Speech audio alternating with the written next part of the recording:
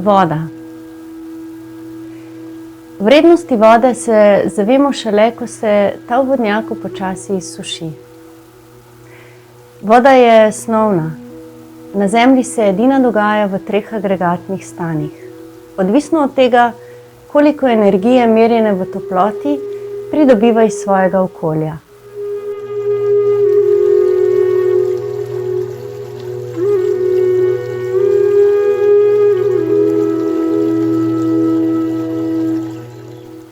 In tudi mi ljudje se lahko dogajamo v 3 agregatnih stanjih.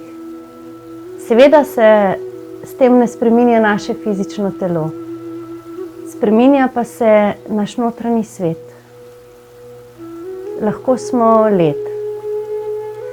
Kot družba, kot človeštvo smo odvisniki. Odvisni smo od moči, od ljubezni, od bogastva. Še vedno v veliki večini živimo v prepričanju, da je nekaj trajno in da pripada samo nam. In ko se to zruši, ko tega ni več, takrat v nas nastane občutek globoke žalosti in kot da bi se zavili v globok led.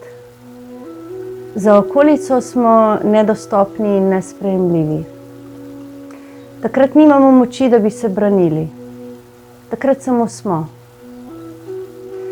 Kot voda, ki pozimi riše ledene rože na šipe. Ali snežinke, ki jih ujamemo v svoje dlani. Vse to so čudovita, sveta geometrija, ki se takrat dogaja znotraj nas. Ta čas je za nas nujno potreben. To ni naš neuspeh. To je samo obdobje, ko menjamo svoje podzavestne vzorce zato, da se nam zgodbe v življenju ne bi ponavljale. Ti stari vzorci niso več dobri za nas. Vibrirajo prenizko. Imajo prenizko frekvenco. Vse v telesu ima svojo frekvenco in vibrira. Vibrira moj glas, moje misli in moji notranji vzorci. In če ne želimo ponavljati starih zgodb in bolečine, je to obdobje za nas nujno potrebno, da to ozavestimo in da si želimo sprememb. Ne očitajmo si, zakaj nismo naredili tega, pa zakaj smo naredili to. Ne, to ni spoštljiv način do samega sebe. Stop. Prenehajmo s tem. Obdobje ledu ni enostavno. In pri tem nam lahko močno pomagajo živali. S svojo milino in svojo brezpogojno ljubeznijo. Že s tem, ko se živali dotaknemo, ko jo objamemo, ko jo stisnemo k sebi, že s tem povzročamo spremembo svoje temperature znotraj telesa. In led se počasi tali. In solze se posušijo in mi postanemo drugačni. Vedno z ledeno transformacijo postanemo drugačni ljudje. In v življenju smo lahko para, megla, ki je močno povezana z njo. Megla so pravzaprav oblaki v dotiku s tlemi. To je obdobje, kjer se pišejo najlepše pesmi. Ustvarjajo najlepša umetniška dela. To je tudi obdobje naše zaljubljenosti. Rada opazujem živali in zdaj v času paritve, v tem spomladanskem času, je v gozdu prava zmešnjava. Lahko opaziš divjega petelina, kako poje in pleše. ki ga drugače, če ne bi bil zavit v tako gosto meglo in ne bi bil tako močno zaljubljen, sploh ni moč opaziti. Brala sem o tem, da je to obdobje za človeštvo nujno potrebno. Ker če tega ne bi bilo na svetu veliko manj ljudi, veliko manj rojstev. To je obdobje oziroma čas, ko si izbiramo svoje partnerje. To je čas naše reprodukcije. In takrat nam nasveti in mnenja okolice niso pomembni. Njih takrat ne slišimo. Izbiramo po svoje. In tako je tudi prav. In ko se ta megla razkadi, se zgodi naša realnost. In takrat je potrebno, da smo kapljice. Da smo kot voda, ki teče po svoji strugi. Panterej. Življenje teče. Voda teče. Vse teče. Mene moje poti večkrat peljejo do reke. In ko hodim ob rečni strugi in hodim proti strugi, takrat se večkrat pogovarjam z reko in jo prosim, naj očisti mojo preteklost. Naj odnese vse, česar ne potrebujem več. In predstavljam si, kot da reka teče skozi moje telo in mi na hrbtni strani odnaša vse, kar me bremeni in kar ni moje.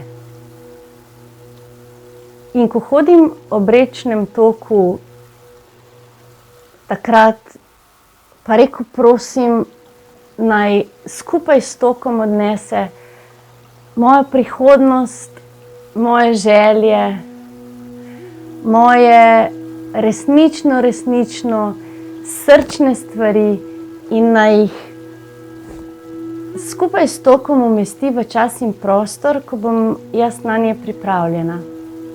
Da se manifestirajo takrat, ko bom zrela za to. Reka kdaj pa kdaj zapusti svojo strugo.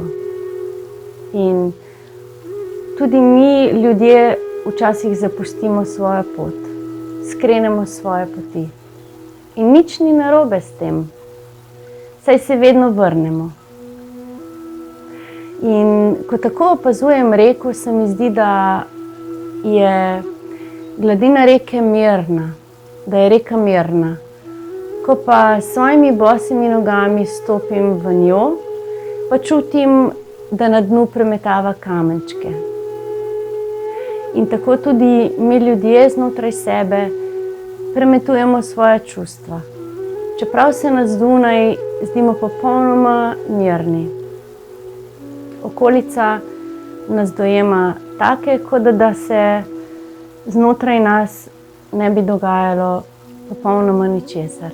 Pa vseeno se.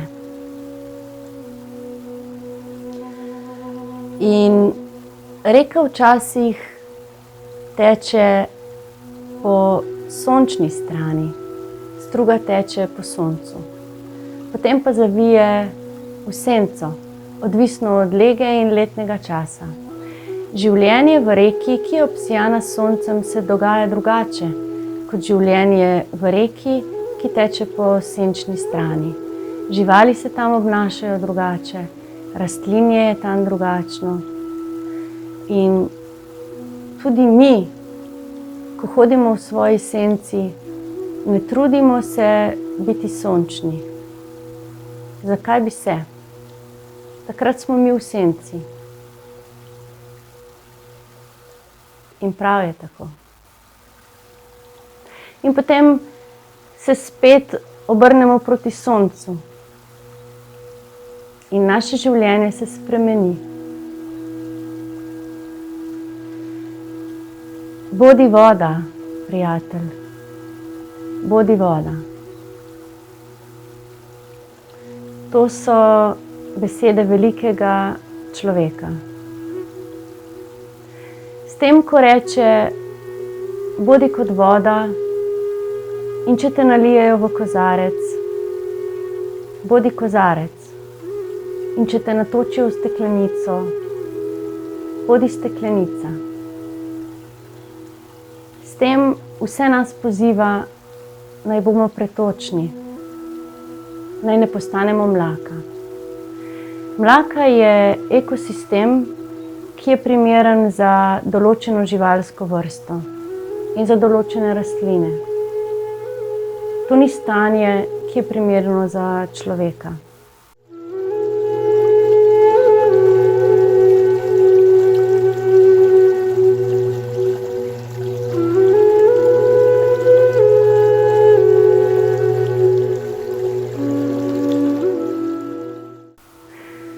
Lahko ostanemo kratek čas tudi mlaka, vendar potem se potrudimo, da stečemo naprej.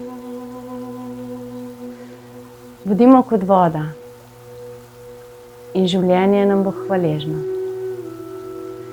Osti jarej, ostani mlad.